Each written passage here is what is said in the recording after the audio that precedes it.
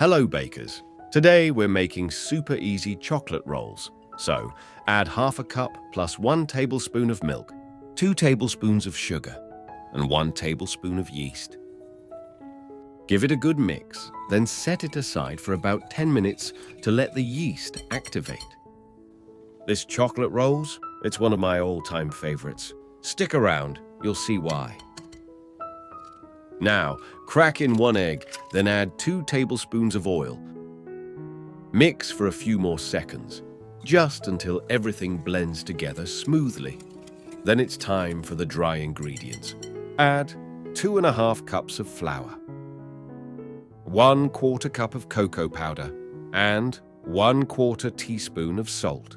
Now sift all the dry ingredients right over the batter. Always sift, friends. It helps everything mix evenly and keeps the texture light. Now grab your spatula and gently fold the mixture, just until the dough starts to come together. Once it holds its shape, it's time to get your hands in there. Use those wonderful hands of yours to knead it gently. Feel the dough take form, soft, springy, alive. Here's a quick tip. Give the dough a 7 to 10 minute rest halfway through kneading. It'll work like magic. Of course, if you've got a stand mixer sitting nearby, lucky you. Just toss everything in from the beginning and let it knead on low for about 7 minutes while you sip your tea. Now, knead the dough for about 10 minutes until it turns smooth and elastic, like shaping calm out of chaos. If it still feels stiff, don't worry. Just let it rest for a few minutes during kneading. Sometimes the dough just needs a breather, just like we do. Once it's ready, place it in a clean bowl, cover it up, and let it rise until it doubles in size, like a dream that slowly grows while you're not watching.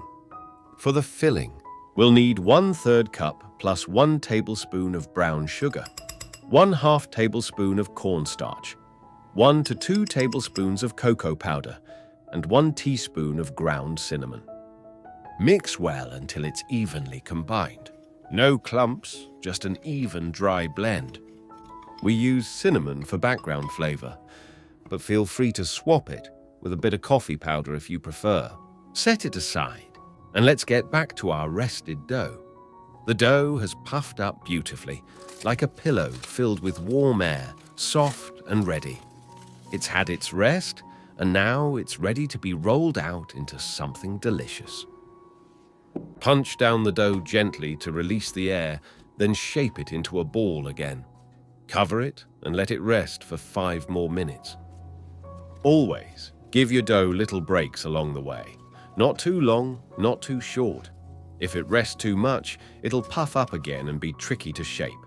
But if you skip the rest, the dough stays tight and stubborn.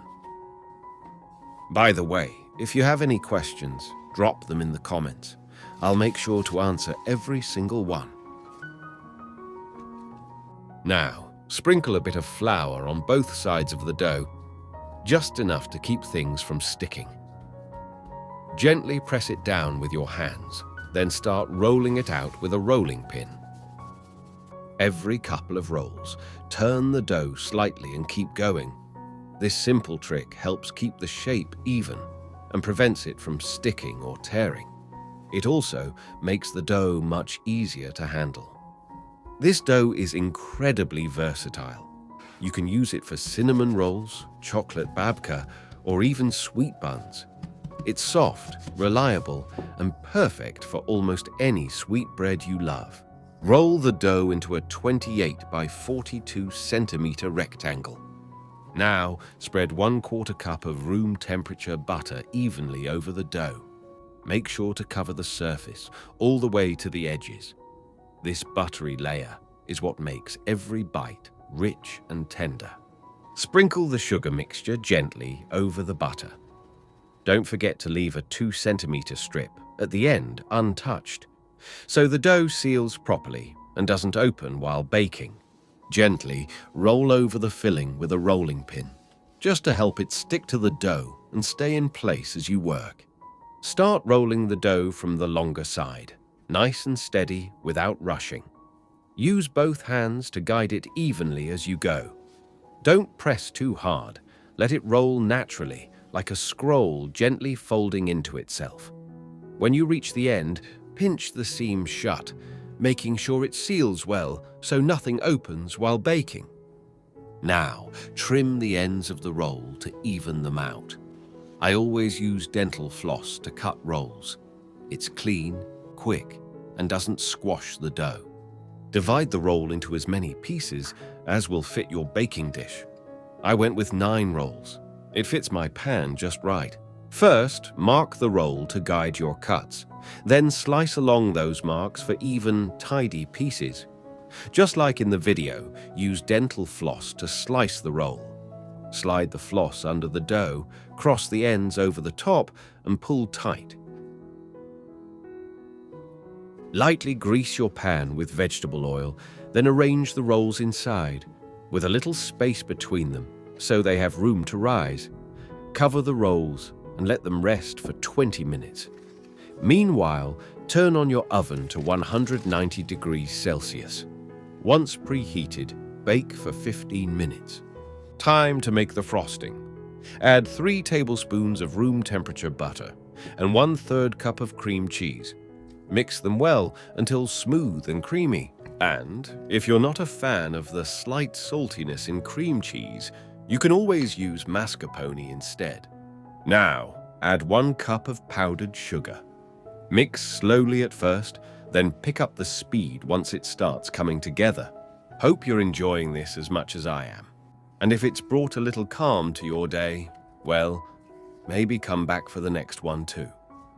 Add 2 tablespoons of cocoa powder and mix until it turns rich and chocolatey. Be sure to save this frosting recipe. It'll come in handy for cakes, cupcakes, or even a quick dessert fix. Now grab a whisk and beat it quickly. This step makes the frosting smooth, glossy, and beautifully spreadable. You'll see how just a bit of movement can completely transform the texture. Spoon this rich, tempting frosting into a piping bag. It'll make it so much easier to swirl over the rolls with grace and control. And there you have it, some of the most beautiful rolls in the world. Right after baking, while the rolls are still warm, drizzle the frosting over them generously. It melts slightly into the swirls, filling every corner with rich chocolate. Here's the magic: warm, tender rolls covered in silky frosting. Every bite is happiness. Here's a golden tip.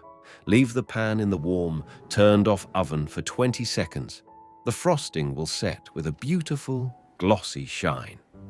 For decoration, you can sprinkle chocolate chips or anything else you love. Nuts, shavings, even a dusting of cocoa. It's your creation, so make it as simple or as fancy as you like. Look at that soft, fluffy texture inside. Every swirl filled with chocolate and sweetness. The frosting melts into the layers, making each bite rich and tender. It smells incredible, and I can tell you, this is the kind of roll that disappears the moment it hits the table.